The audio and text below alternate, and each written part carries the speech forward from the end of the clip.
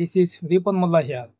শিক্ষার্থী বন্ধুরা, তোমরা সবাই জানো যে আর্টিকেল দায়ের পরে সবসময় একটি নাউন বসে এবং একটি নাউন ফ্রেজ গঠিত হয়। কিন্তু আজকে আমি তোমাদেরকে এমন একটি ব্যতিক্রম নিয়ম শেখাবো যে নিয়মটিতে আর্টিকেলের পর একটি অ্যাডজেক্টিভ বসবে এবং সেটি একটি নাউন ফ্রেজ হয়ে যাবে। সেই নিয়মটি হচ্ছে, আর্টিকেলের পরে যদি অ্যাডজেক্টিভ দেওয়া হয়, আমরা উদাহরণস্বরূপ বলতে পারি যে দ্য রিচ।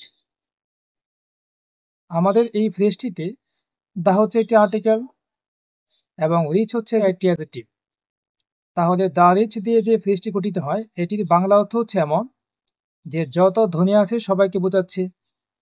তাহলে দ্য রিচ হচ্ছে একটি প্লুরাল কমন নাউন, অর্থাৎ এই গঠনটি দিয়ে প্লুরাল কমন নাউনকে বোঝাবে। একই রকম ভাবে আমরা বলতে পারি দ্য পোর, দ্য আইডল।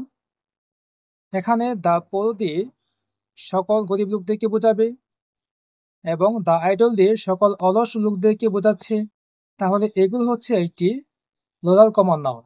তাহলে শিক্ষার্থী বন্ধুগণ, আজকে তোমাদেরকে আমি শর্ট টাইমে একটি গুরুত্বপূর্ণ নিয়ম শেখালাম। তোমরা যদি এরকম গুরুত্বপূর্ণ নিয়ম শিখতে চাও তাহলে অবশ্যই আমাদের চ্যানেলটিকে সাবস্ক্রাইব করে আমাদের সাথে থাকবে।